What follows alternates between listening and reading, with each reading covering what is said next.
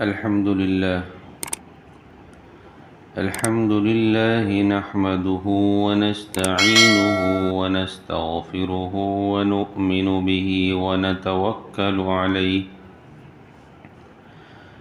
ونعوذ بالله من شرور أنفسنا ومن سيئات أعمالنا من يهده الله فلا مضل له ومن يضلله فلا هادي له ونشهد أن لا إله إلا الله وحده لا شريك له ونشهد أن سيدنا ومولانا محمدا عبده ورسوله أما بعد فأعوذ بالله من الشيطان الرجيم بسم الله الرحمن الرحيم واعبدوا الله ولا تشركوا به شيئا وبالوالدين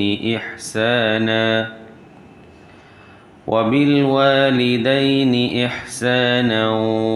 وبذي القربى واليتامى والمساكين والجار ذي القربى والجار الجنب والصاحب بالجنب وابن السبيل وما ملكت أيمانكم إن الله لا يحب من كان مختالا فخورا۔ یہ سورہ نساء کی 36 نمبر کی آیت کریمہ۔ اللہ رب العزت ارشاد فرماتے ہیں، اور اللہ کی عبادت کرو اور اس کے ساتھ کسی کو شریک نہ ٹھہراؤ، اور والدین کے ساتھ اچھا سلوک کرو، نیز رشتہ داروں، یتیموں، مسکینوں، قریب والے پڑوسی، دور والے پڑوسی، ساتھ بیٹھے یا ساتھ کھڑے ہوئے شخص اور راہگیر کے ساتھ اور اپنے غلام باندیوں کے ساتھ بھی اچھا برتاؤ رکھو۔ بے شک اللہ کسی اترانے والے شیخی باز کو پسند نہیں کرتا۔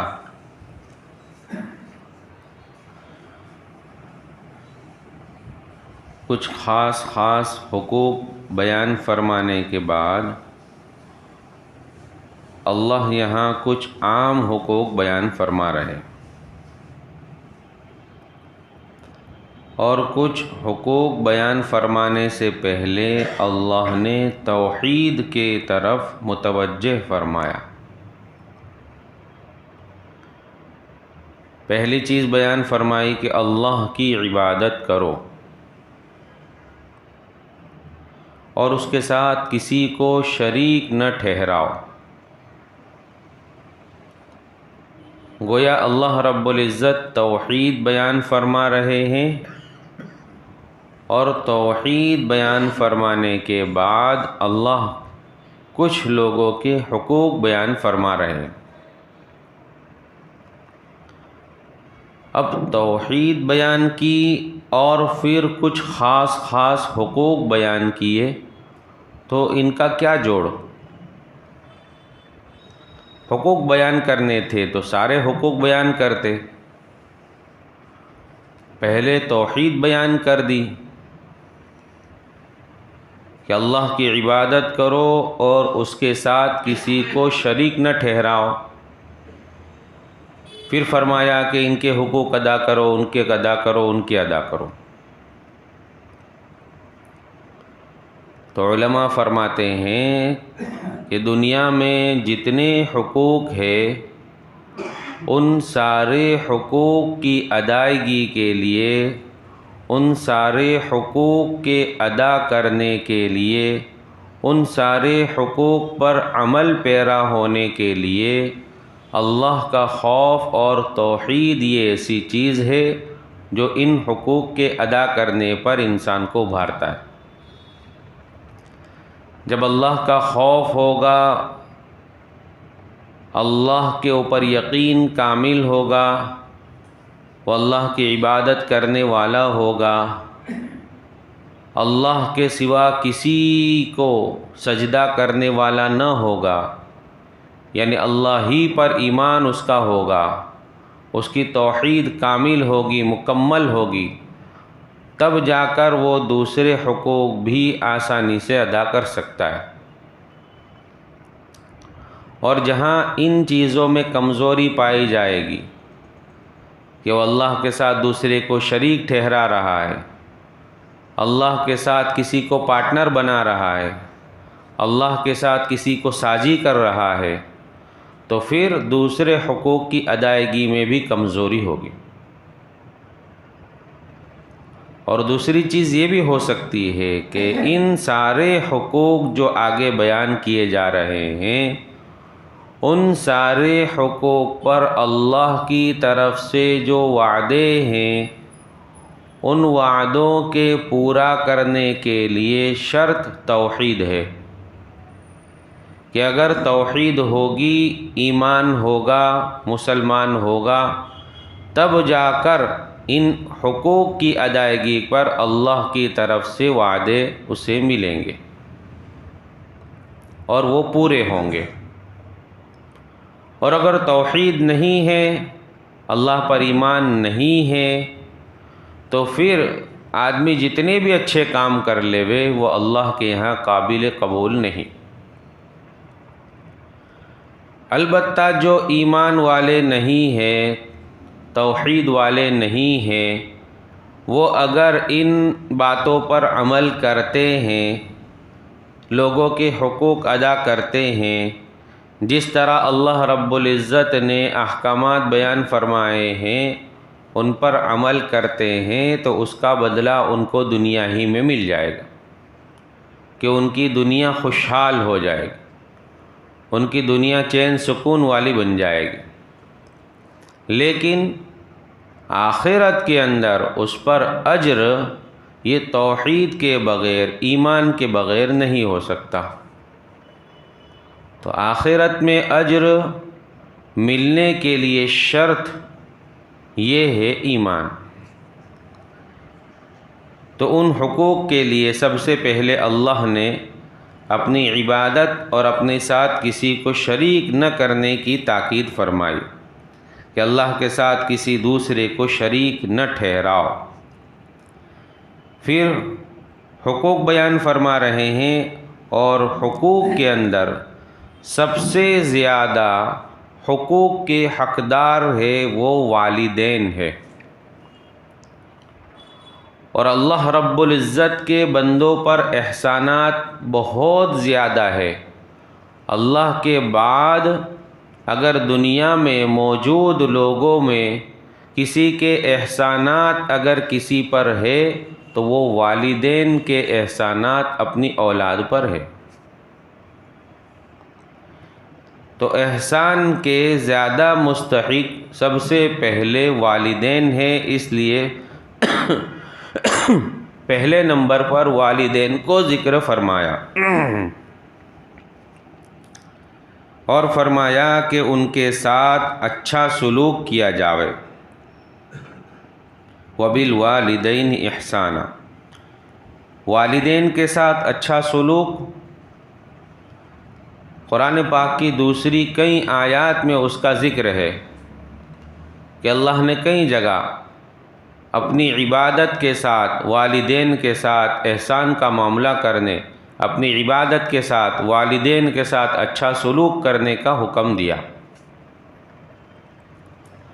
اور حدیث پاک میں بھی اللہ کے رسول صلی اللہ علیہ وسلم نے اس کی کئی جگہ تاکید فرمائی کہ اللہ کی رضا وہ باپ کی رضا میں ہے، اللہ کی ناراضگی باپ کی ناراضگی میں۔ یعنی اگر باپ راضی ہے، خوش ہے، تو اللہ بھی خوش ہے،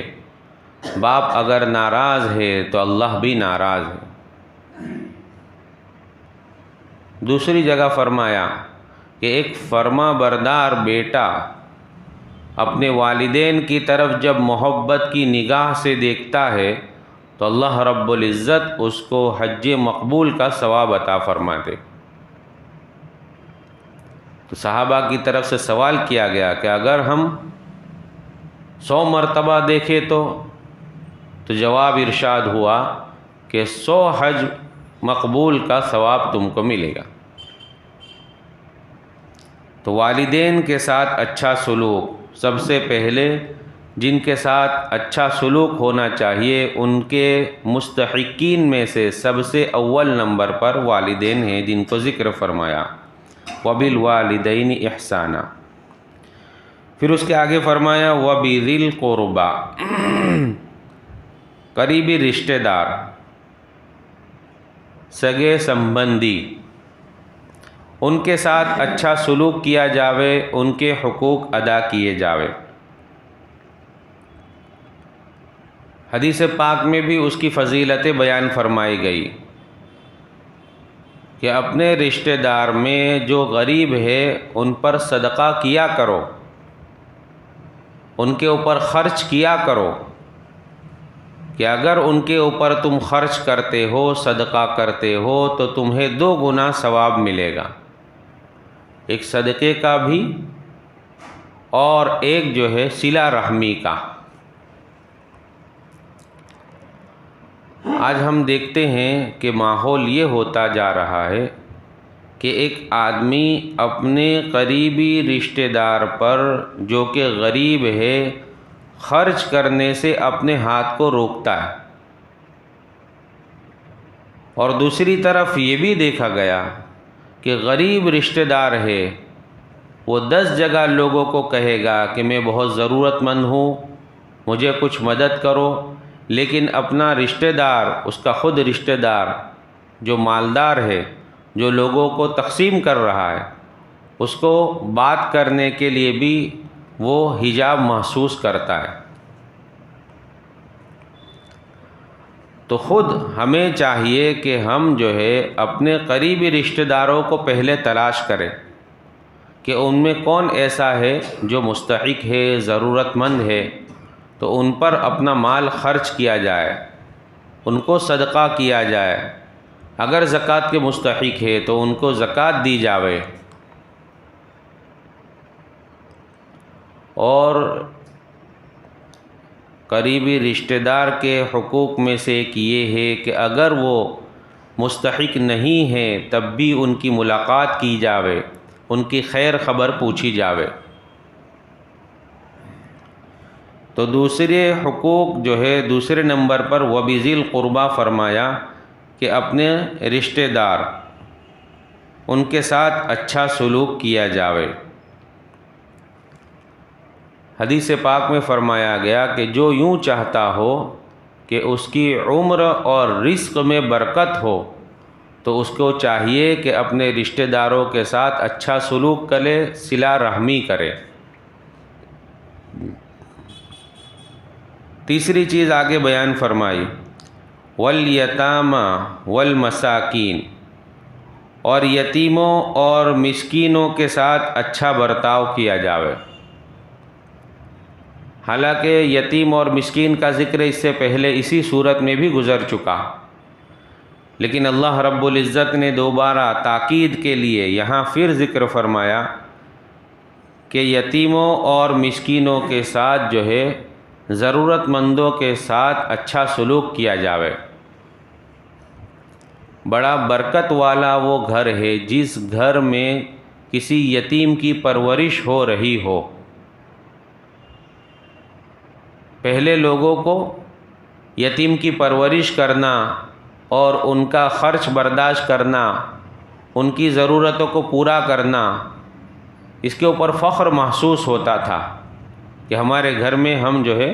کسی بچے، یتیم بچے کو رکھ رہے ہیں تاکہ اس کی تربیت کریں، اس کے اوپر خرچ کریں۔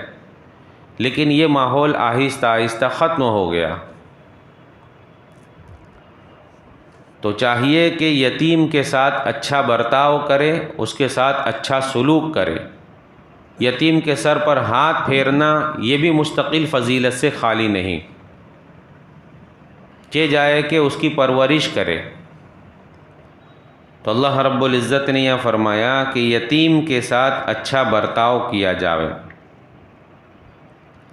حدیث میں اس کی فضیلت یہاں تک بیان فرمائی گئی کہ اللہ کے رسول صلی اللہ علیہ وسلم فرماتے ہیں کہ جو یتیم کی پرورش کرے جنت میں وہ میرے ساتھ اس طرح ہوگا۔ 2 انگلی کا اشارہ فرمایا کہ جس طرح یہ 2 انگلی ملی ہوئی ہے، میں اور وہ شخص جو یتیم کی پرورش کرے، ہم دونوں اس طرح ہوں گے جنت میں۔ تو یتیم کے ساتھ اچھا سلوک کرنا، مسکین جو ضرورت مند ہے اس کے ساتھ اچھا سلوک کرنا، یہ اسلامی تعلیمات ہے جس سے ایک ایمان والا مسلمان دور ہے، اس کو جانتا بھی نہیں کہ اللہ رب العزت نے کس کے ساتھ اچھے سلوک اور کس طرح معاملہ کرنے کے لیے فرمایا۔ آگے فرمایا وَالْجَارِ ذِي الْقُرْبَى وَالْجَارِ الْجُنُوبِ، کہ اپنے قریبی پڑوسی اور دور کے پڑوسی کے ساتھ اچھا سلوک کیا جاوے۔ قریبی پڑوسی اور دور کے پڑوسی، اس کی تشریح مختلف کی گئی ہے۔ ایک تو یہ ہے کہ قریبی پڑوسی سے مراد ہے وہ پڑوسی جس کی دیوار اور ہماری دیوار ایک ہے، گویا ملی ہوئی ہے، اور جو جس کی دیوار بالکل قریب نہیں ہے، ملی ہوئی نہیں ہے، وہ دور کا پڑوسی ہے۔ دوسرا ایک مطلب یہ بیان کیا کہ قریبی پڑوسی یعنی ایسا پڑوسی جو مسلمان ہے، اور دور کا پڑوسی یعنی ایسا پڑوسی جو پڑوسی تو ہے لیکن ایمان والا نہیں ہے، غیر مسلم ہے۔ قریبی پڑوسی اور دور کے پڑوسی ہر ایک کے ساتھ اچھا سلوک کرنے کے لیے اللہ رب العزت نے یہاں فرمایا۔ پڑوسی کے ساتھ اچھا سلوک کرنا، اس کی تاکید حدیث میں بھی آئی۔ اللہ کے رسول صلی اللہ علیہ وسلم خود فرماتے ہیں کہ حضرت جبرائیل علیہ السلام نے پڑوسی کے ساتھ اچھا سلوک کرنے کی اتنی تاکید فرمائی، اتنی مرتبہ فرمایا کہ اب مجھے یہ اندیشہ ہونے لگا کہ کہیں پڑوسی کو میراث میں حصہ نہ ملنے لگے، یہ ڈر ہونے لگا، یعنی اتنا زیادہ ان کے حقوق بیان کیے گئے۔ تو اچھا پڑوسی، اس کی علامت ایک علماء نے یہ لکھی ہے کہ اچھا پڑوسی وہ ہے جس سے محلے والے پڑوسی لوگ مطمئن ہو، جن کو اطمینان ہو کہ یہ ہمارا پڑوسی ہے، کوئی ٹینشن نہیں۔ اور برا پڑوسی وہ ہے کہ جس کے بارے میں ہر وقت ٹینشن ہوئے، فکر ہوئے کہ پتہ نہیں اس کو کیا ہو جائے گا، کب کیا ہو جائے گا کچھ معلوم نہیں، اس سے تھوڑا دور رہنے کا، چوکنا رہنے کا۔ لوگ یوں کہتے ہیں کہ بھائی اس سے چوکنا رہنے کا، یہ کب کیا کر ڈالے کچھ معلوم نہیں، تو وہ برا پڑوسی ہے۔ تو اچھے پڑوسی بنو، ان کے حقوق ادا کرو، وہ اگر ضرورت مند ہے تو ان کی ضرورت کو پورا کرو، ان کو اگر کوئی مالی یا جانی خدمت کی ضرورت ہے تو وہ ان کی خدمت کرو۔ حدیث میں یہاں تک آیا کہ ایک پڑوسی ایسا ہے جس کا ایک حق ہے، ایک پڑوسی ایسا ہے جس کا 2 حق ہے، ایک پڑوسی ایسا ہے جن کے 3 حق ہے۔ پھر خود تشریح فرمائی کہ ایسا پڑوسی جو ایمان والا نہیں ہے اس کا ایک حق ہے کہ وہ پڑوسی ہے، ایسا پڑوسی جو ایمان والا بھی ہے اس کے 2 حق ہوئے کہ ایک پڑوسی بھی ہے اور ایک ایمان کی وجہ سے بھی حق ہے، تو اس کے 2 حق ہوئے۔ اور ایسا پڑوسی جو ایمان والا بھی ہے اور رشتہ دار بھی ہے، ان کے 3 حق ہوئے کہ پڑوسی ہونا، ایمان والا ہونا اور رشتہ دار کا ہونا، تو ان کے حقوق کو ادا کیا جاوے۔ تو اللہ رب العزت نے دونوں قسم کے پڑوسی کا ذکر فرمایا، قریب کے پڑوسی بھی اور دور کے پڑوسی بھی، والجار ذی القربہ۔ دور کے پڑوسی کی تشریح میں بعض لوگوں نے یوں لکھا ہے کہ 40 مکان تک، 40 مکان ادھر، 40 ادھر، 40 اس طرف اور 40 اس طرف، یہ سب اس کے پڑوسی میں ہے۔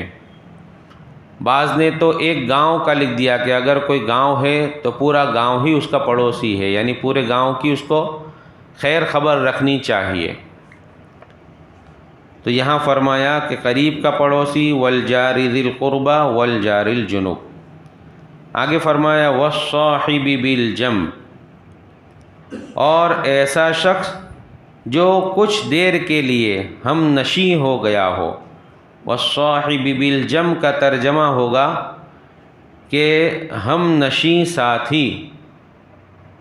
تھوڑی دیر کے لیے ملا ہوا ساتھی، جس کی تشریح علماء نے یہ کی ہے کہ ایک آدمی سفر کے لیے نکلا، تو اب وہ کسی گاڑی میں بیٹھا، ٹرین میں بیٹھا،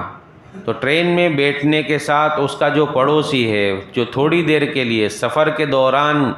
وہ پڑوسی بنا ہے، اس کے بھی حقوق ادا کی جاوے، یعنی اس کو بھی تکلیف نہ دی جاوے، اس کو بھی راحت پہنچانے کی کوشش کی جاوے۔ تھوڑی دیر کے لیے کسی مجلس میں ہمارے ساتھ بیٹھا، کہ ایک مجلس میں بیٹھے ہوئے ہیں، اب قریب میں بازو میں کوئی بیٹھ گیا، تو وہ بھی پڑوسی ہے، کچھ دیر کا پڑوسی ہے،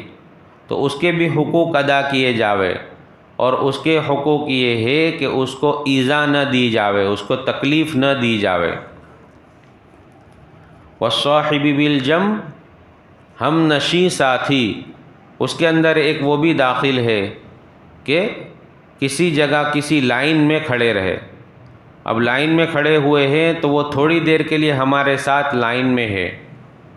تو وہ بھی ہمارے ساتھ تھوڑی دیر کے لیے ہم نشیں اختیار کر رہا ہے، تو اس کے بھی حقوق ادا کیے جاوے، یعنی اس کو بھی ایذا نہ دی جاوے، تکلیف نہ دی جاوے۔ افضل اور اچھا تو یہ ہے کہ ہم ان کا کچھ کام کرے، ان کی کچھ مدد کرے، ان کو راحت پہنچاوے۔ اگر یہ نہیں کر سکتے ہیں تو آخری درجہ یہ ہے کہ ان کو تکلیف نہ دیوے۔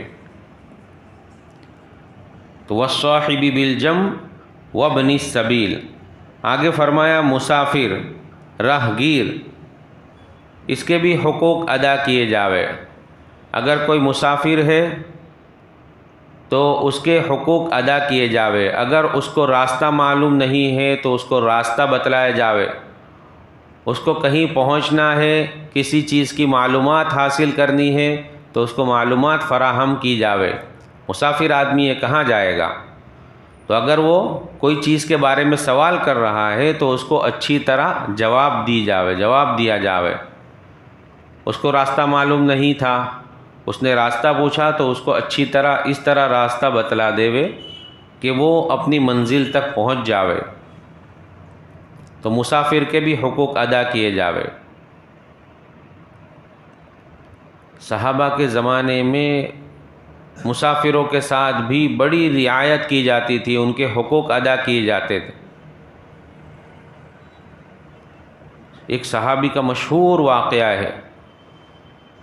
کہ وہ اللہ کے رسول صلی اللہ علیہ وسلم کی خبر سن کر اللہ کے رسول صلی اللہ علیہ وسلم کی تحقیق کے لیے صرف مکہ آئے کہ میں پہلے جا کر دیکھوں گا کہ یہ محمد کون ہے جنہوں نے نبوت کا دعویٰ کیا ہے۔ اب مکۃ المکرمہ میں عام طور سے دشمنی کا ماحول تھا، اللہ کے رسول صلی اللہ علیہ وسلم کے ملنے والوں کو تکلیف دی جاتی تھی، ان کو ستایا جاتا تھا۔ اس وجہ سے انہوں نے مناسب نہیں سمجھا کہ میں کسی کو پوچھوں کہ محمد کون ہے۔ اگر پوچھوں اور وہ خود دشمن نکلا تو پھر وہ تکلیف دے گا اور راستہ بھی نہیں بتلائے گا، تو کس کو پوچھوں؟ کسی سے نہیں پوچھا۔ حضرت علی رضی اللہ تعالیٰ عنہ نے دیکھا کہ کوئی مسافر ہے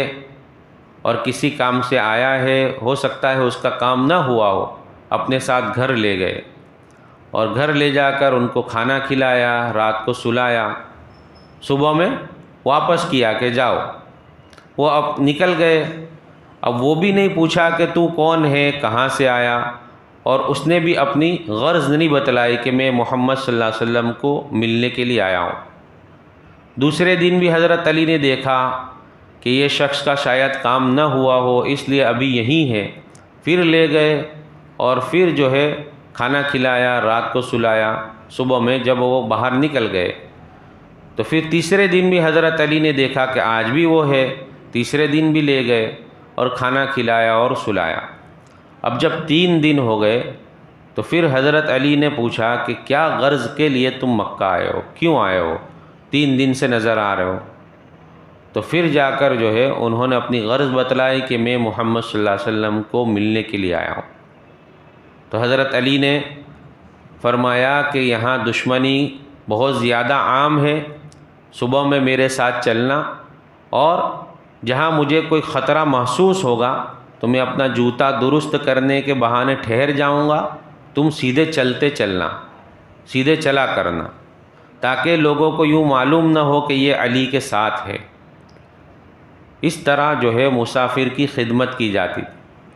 یہاں تک کہ چلتے چلتے ایک زمانے تک تو قریب میں دیہاتوں میں بھی یہ ماحول تھا کہ کوئی اگر نیا آدمی نظر آتا تو بعض گاؤں کے اندر یہ ماحول بھی سنا کہ مؤذن صاحب کو کہہ دیا جاتا کہ اگر کوئی نیا آدمی مسجد میں نظر آوے تو اس کو تم جو ہے پوچھ پاچھ کر کس غرض سے آئے ہو ان کو کھانا کھلاؤ، اور کھانا کہاں سے لانا ہے وہ ساری چیزیں بتلا دی جاتی کہ یہاں سے آپ کو کھانا مل جائے گا مسافر کے لیے، اور اس کو ٹھہرنے کا انتظام کرو، وہ جس غرض سے آیا ہے اس غرض میں، اس کام میں اس کی مدد کرو۔ لیکن یہ ماحول آہستہ آہستہ بالکل ختم ہو گیا۔ تو اللہ رب العزت فرماتے ہیں کہ مسافروں کے حقوق ادا کرو، راہگیر کے۔ آگے فرمایا وما ملکت ایمانکم، اور اپنے غلام باندیوں کے ساتھ بھی اچھا برتاؤ کرو، کہ اللہ رب العزت نے آج اس کو تمہاری ماتحتی میں رکھا ہے، تو ایسا نہیں ہے کہ بھائی جو من میں آوے وہ اس کے ساتھ کیا جاوے، بلکہ ان کے ساتھ اچھا برتاؤ کیا جاوے۔ اب اس زمانے میں چونکہ غلام باندی نہیں ہے تو علماء نے اس کی تشریح یہ بھی کی ہے کہ اپنے مزدور اور نوکر کے ساتھ اچھا معاملہ کرو، ان کے ساتھ بدسلوکی مت کرو، ان کے پاس جو ہے ان کی طاقت سے زیادہ کام نہ لو۔ پھر آگے اللہ رب العزت نے ایک خاص جملہ ارشاد فرمایا ان اللہ لا يحب من کان مختالا فخورا، بے شک اللہ تعالیٰ کسی اترانے والے شیخی باز کو پسند نہیں کرتے، تکبر کرنے والے کو پسند نہیں کرتے۔ اور علماء نے اس کی تشریح میں لکھا ہے کہ جو شخص تکبر کرنے والا ہوگا وہ ان حقوق کو اچھی طرح ادا نہیں کر سکتا۔ ان حقوق کو جن کا ذکر کیا گیا، ان سارے حقوق کو ادا کرنے والا وہی شخص ہو سکتا ہے جو تکبر سے پاک ہو۔ جس کے اندر تھوڑا سا بھی تکبر ہو کہ میں کچھ ہوں، شیخی باز ہو، تو وہ ان حقوق کو ادا نہیں کر سکتا۔ تو اللہ رب العزت نے فرمایا کہ تکبر کرنے والے کو پسند نہیں فرماتے۔ آگے فرمایا آگے کی آیت میں کہ یہ سارے حقوق ہے، ان حقوق کو ادا کرنے کی ایک بنیاد یہ بھی ہے کہ آدمی سخی ہو، اپنے مال کو خرچ کرنے والا ہو۔ اگر بخیل ہوگا تو بھی جب اس کو ارادہ بھی ہوگا کہ کسی کے حقوق ادا کرے، لیکن اس کا بخل، اس کی کنجوسی اس کو یہ حقوق ادا کرنے نہیں دے گی۔ تو اللہ رب العزت آگے فرماتے ہیں الذین یبخلون ویأمرون الناس بالبخل ویکتمون ما آتاهم اللہ من فضلہ وَأَعْتَدْنَا لِلْكَافِرِينَ عَذَابًا مُهِينًا۔ ایسے لوگ جو خود بھی کنجوسی کرتے ہیں اور دوسروں کو بھی کنجوسی کی تلقین کرتے ہیں، اور اللہ نے ان کو اپنے فضل سے جو کچھ دے رکھا ہے اسے چھپاتے ہیں، اور ہم نے ایسے ناشکروں کے لیے ذلیل کر دینے والا عذاب تیار کر رکھا ہے۔ اس آیت کے شان نزول میں لکھا ہے کہ یہ یہود مدینہ کے بارے میں نازل ہوئی کہ یہود مدینہ جو تھے، مدینہ کے یہودی لوگ، وہ مال کے خرچ کرنے میں کنجوسی کرتے تھے